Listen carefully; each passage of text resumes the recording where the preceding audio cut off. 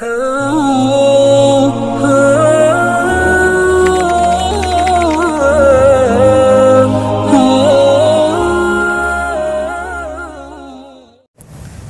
pertama, berobat dengan menggunakan tetesan yang dimasukkan di hidung.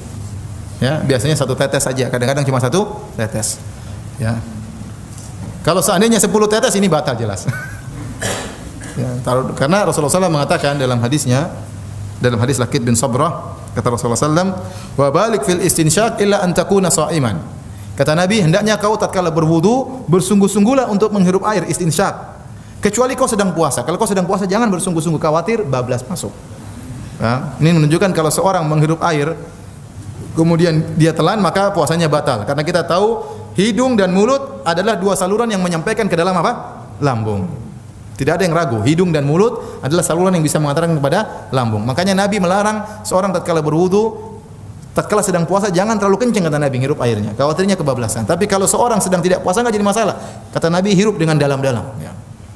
Nah, sekarang kalau ada pengobatan menggunakan tetesan air di hidung, obat. Satu tetes kanan, satu tetes kiri. Apakah puasanya batal atau tidak? Antum gimana? Batal atau tidak? Hah? Batal atau tidak?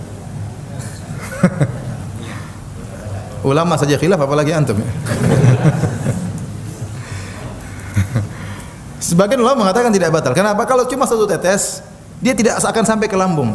Kenapa? Dia sudah terserap oleh selaput-selaput yang ada di sekitar apa? Hidung. Karena untuk sampai ke lambung jauh, dia harus naik dulu, kemudian berputar, masih kan jauh itu. Belum sampai ke lambung sudah habis. Paham?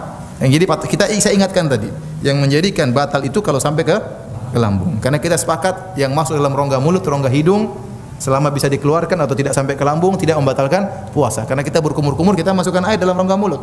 Ternyata dimaafkan.